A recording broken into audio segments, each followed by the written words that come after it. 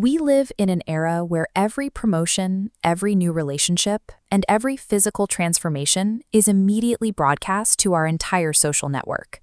You post a major milestone, expecting your circle to celebrate alongside you. Instead, the congratulations are sometimes accompanied by a few oddly specific, almost probing questions. There is a specific psychological rhythm to these interactions. People harboring envy rarely express it as outright anger.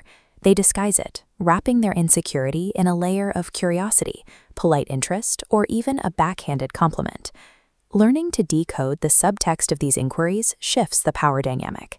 It allows us to see the underlying insecurity for what it is, rather than absorbing the doubt being projected onto us. The first disguise sounds perfectly harmless.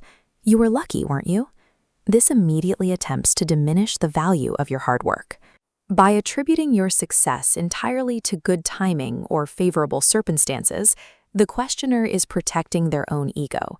If your achievement is just a roll of the dice, then their lack of achievement isn't a personal failure. It's a strategy to avoid self-reflection.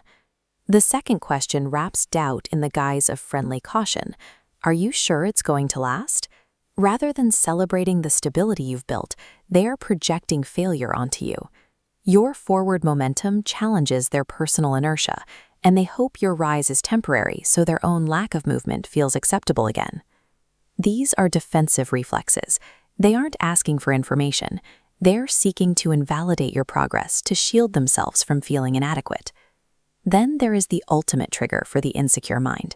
How much do you earn exactly? Money makes a very sensitive subject incredibly explicit. This insistent questioning maps an invisible social hierarchy. Numbers let them measure where they stand. If your data point exceeds their expectations, the mental scale violently tips against them, forcing them to confront a gap they cannot tolerate. To close that gap, they might offer what sounds like helpful guidance. Aren't you afraid of failing? This reveals their own internal boundaries. Seeing someone take initiative is a harsh reminder of their own hesitation. What they are really saying is, I would be too terrified to even try. Whether demanding your salary or warning you of impending ruin, the goal remains the same: to pull you back into a predictable, safe box where they feel secure. The fifth and most insidious question is often completely silent. It's simply the thought, why you?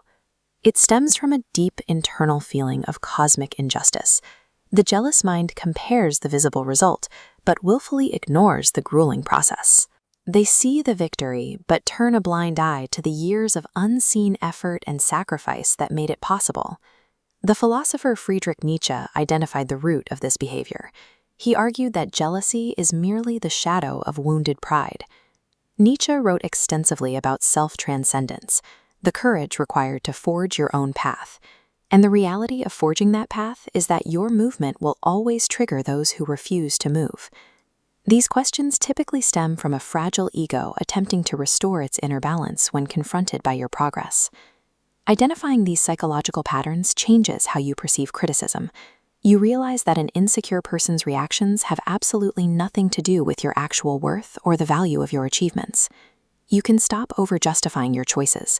You no longer need to shrink yourself or downplay your successes just to make someone else feel comfortable in the room. Instead, you can deploy the best response to disguised jealousy: controlled indifference. Let them ask. You don't have to engage. Prioritize the work of becoming yourself. This evolution will inevitably disturb those who prefer the dark, but their discomfort is no longer your burden.